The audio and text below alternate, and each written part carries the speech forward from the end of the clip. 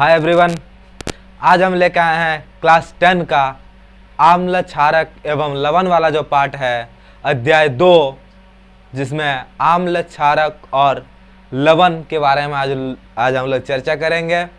तो एक ही साथ लेके आए हैं, नोट्स भी है, साथ ही पूरा समझा भी देंगे डिटेल्स। चलिए वीडियो को लास्ट तक जरूर देखिए, और अगर आप हमारे चैनल में नए आए हुए हैं तो चैनल को सब्सक्राइब कर दीजिए। चलिए वीडियो शुरू करते हैं। सबसे पहले चैप्टर का नाम है आम्ल क्षारक तथा लवण। ठीक, तो आम्ल क्या चीज है? आम्ल क्या चीज है? तो आम्ल तो आप सभी ने बचपन में पढ़ा ही होगा, अगर नहीं पढ़ा तो कोई बात नहीं, लेकिन बचपन में क्या पढ़ा होगा? जो चीज स्वाद में खट्टा होता है उसी को आम्ल कहते हैं ना। जो चीज स्वाद में खट्टा होता है उसी को आम्ल कहते हैं। लेकिन अभी तो आप लोग क्लास 10वीं में आ गए हो ना, तो क्लास 10वीं में अगर आए हैं तो डेफिनेशन भी उस हिसाब से लिखना पड़ेगा।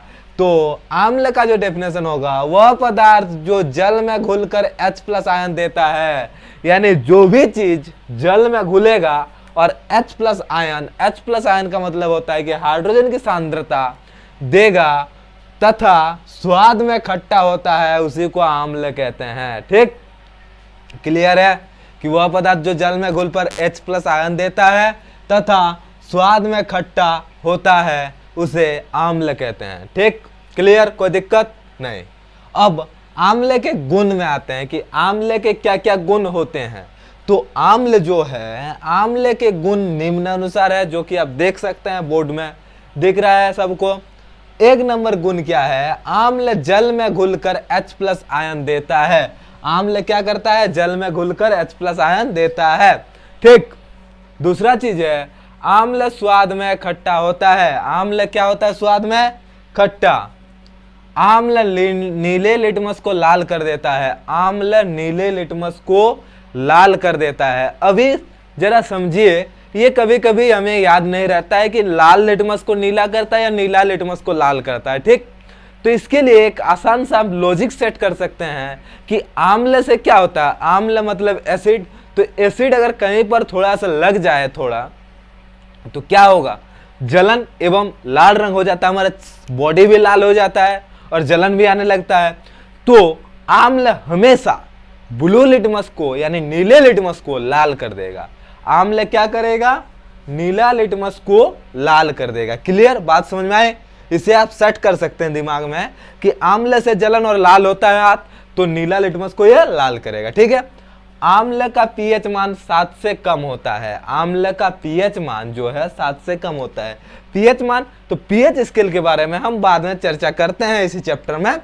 ठीक है, तो ये हो गया, आम्ल H+ आयन देता है, खट्टा होता है, नीले लिटमस को लाल कर देता है और पीएच मान 7 से कम होता है।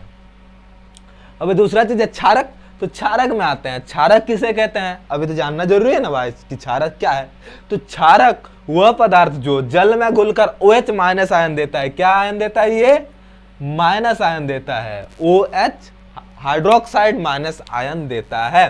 ठीक है, और स्वाद में कड़वा होता है। स्वाद में कड़वा होता है।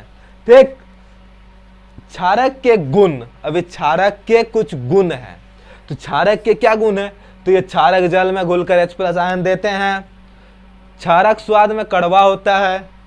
क्षारक लाल लिटमस को नीला कर देता है और क्षारक का पीएच मान 7 से कम होता है। क्लियर, क्या होता है? OH- आयन, स्वाद में कड़वा, लाल लिटमस को नीला, क्षारक का पीएच मान 7 से कम होता है। ठीक, अब ये जो हम नोट्स दिए हैं ना, ये बहुत ही इंपॉर्टेंट है एवं बहुत ही सही है एवं सटीक ढंग से हम ये लिखे हैं। ठीक है, आप लोग भी जरूर इसे नोट्स लिखिए।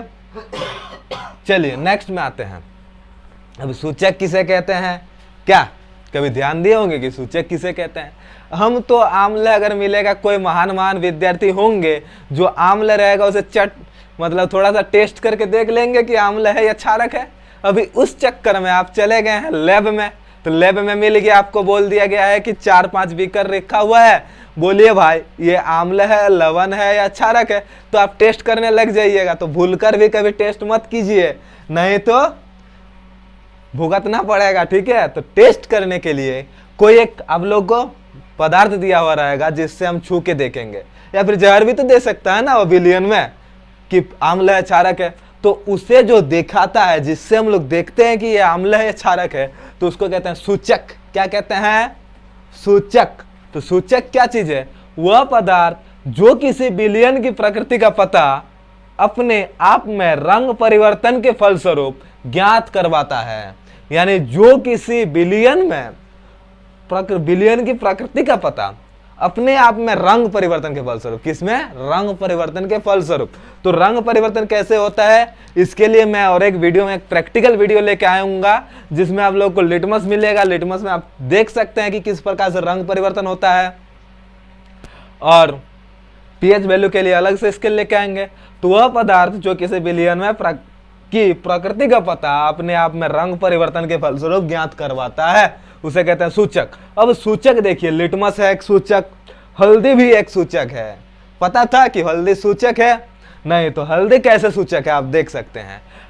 हम चले गए हैं पार्टी में खाना खाने, कोई चले गया है, तो उसमें क्या हुआ ना, बहुत ज्यादा टेस्टी है खाना, एकदम मुंह तक खा लिए और साथ में अपने बॉडी में भी लगा लिए क्या। तो जब उसे धोते हैं ना साबुन लगा के, तो साबुन अगर हम लगाएंगे तो हल्दी का रंग लाल हो जाता है। हल्दी का रंग क्या हो जाता है? लाल। यानी साबुन क्या था? क्षारक होता है। साबुन को क्या लगता है? कड़वा लगता है ना साबुन। तो साबुन कड़वा लगता है मतलब साबुन क्षार है। तो क्षार में अगर हल्दी मिल गया तो क्या कर दिया? लाल। अब उसी को ज्यादा धो लेंगे, तो ज्यादा धो लेंगे तो क्या हो जाएगा? फिर से हल्दी हो जाएगा। तो इससे तो हो गया ना, हल्दी भी एक सूचक। तो ये सब जो सूचक है यह प्राकृतिक सूचक है। क्या सूचक है? प्राकृतिक सूचक है। ये जो लिटमस है ना, लिटमस लाइकेन से बनता है। लाइकेन एक थैलेफाइट नामक का पौधा है, जिसका तस्वीर आप लोग देखे होंगे।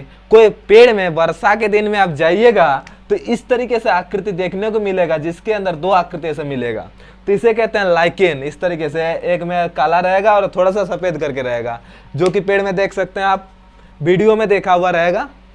ठीक है, लाइकेन। तो उसे देख लीजिएगा, उसी से बनता है लिटमस। ठीक है, तो सूचक के बारे में पता चल गया। ये जो प्राकृतिक सूचक था।